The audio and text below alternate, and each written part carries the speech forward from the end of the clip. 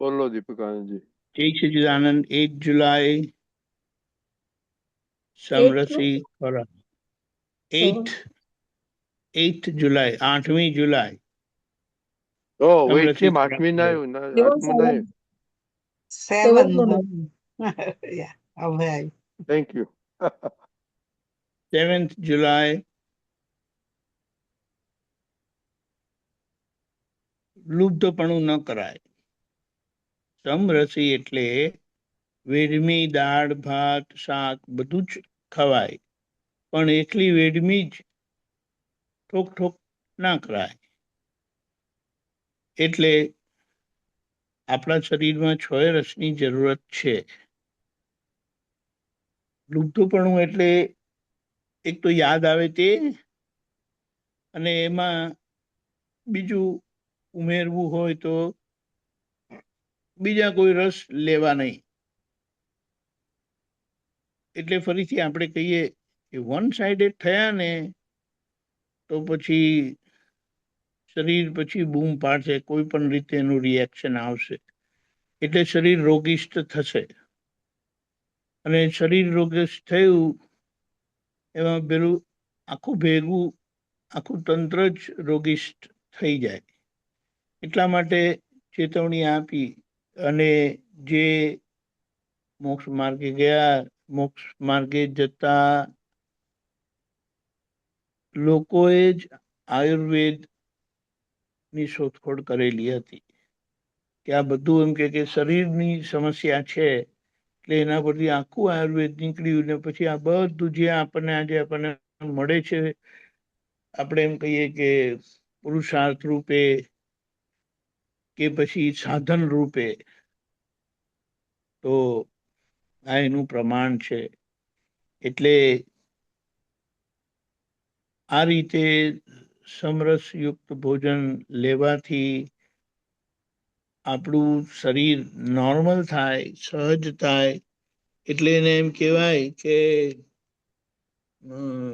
પેલું શું કીધું, સમપ્રકૃતિ જોઈએ તો સમપ્રકૃતિ વાળાને વાત, પિત્ત ને કફ ત્રણે સપ્રમાણ જોઈએ.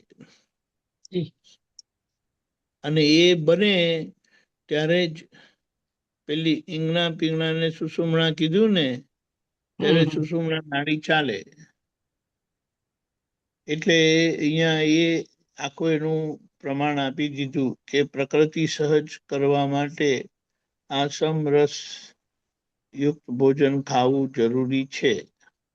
અને ત્યારે અને આજે કોઈનું પણ શરીર જોઈએ ને તો એ રોગ વાળું છે, કારણ કે સમરસ ભોજન લેવાયું નથી. અને કેમ નથી લેવાયું? કારણ કે આગળનું બધું માન્યતાનો ઢગલો કે ને કચરો, એ આપણને એવી રીતે લેવા દેતો નથી. અને જે એબનોર્મલ એવી રીતે ખાધું છે, કોઈ મરચું જ ખાય, કોઈ ખાટું જ ખાય, એ ખાટું ભાવે ને એટલે મીઠો ગળ્યો કેરીનો રસ હોય ને તેમાં લીંબુ નાખીને ખાય. એવું છે. એટલે બધી ચીજ ખાટી કરી નાખે. તીખું હોય તો કે નાખો, આખું શાક કે આખી વસ્તુ છે ને લાલ લાલ કરી નાખે. એટલે આપણે કે એક જ રસને તમે પ્રોમિનન્ટ બનાવી દો તો બીજા બધા રસ એનો સ્વાદ આવશે જ નહીં. એટલે તમે એમાં એ ખોરાક ખાઈએ તો બીજા કોઈ રસનો સ્વાદ જ આવે નહીં, એટલું તીખું તીખું જ લાગે. પછી ગળ્યું જેને ભાવતું હોય તે બધું ગળ્યું કરી નાખે. એટલે આ ખાટું, ગળ્યું અને આ તીખું, આ ત્રણની બહુ મોટી માથાકૂટ છે. એટલે વાત બગડે છે. અને કેટલાક એવું છે કે જે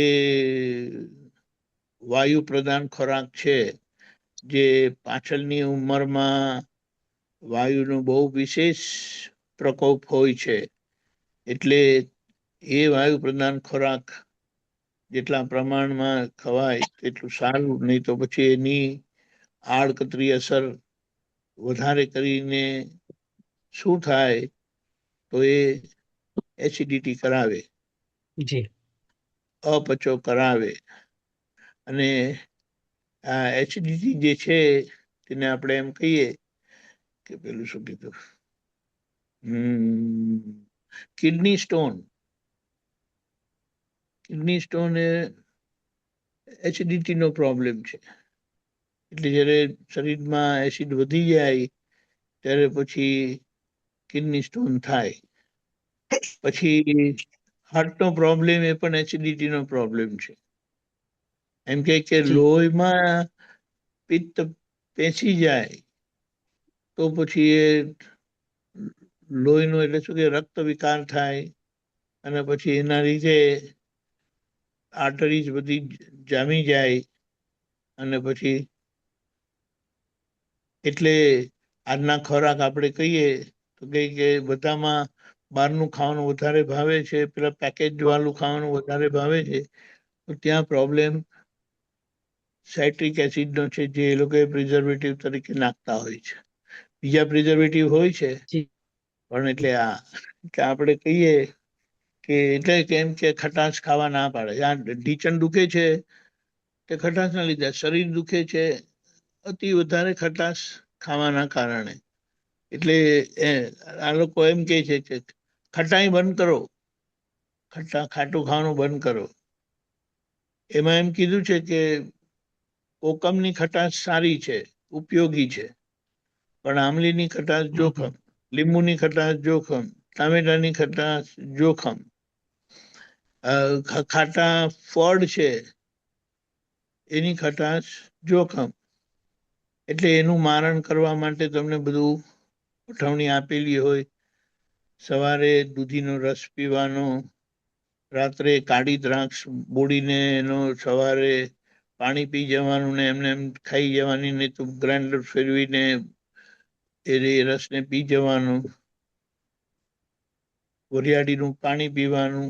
આ બધું એનું મારણ કરે છે અને આખી અસર પછી પ્રકૃતિ પરથી નોર્મલ થાય.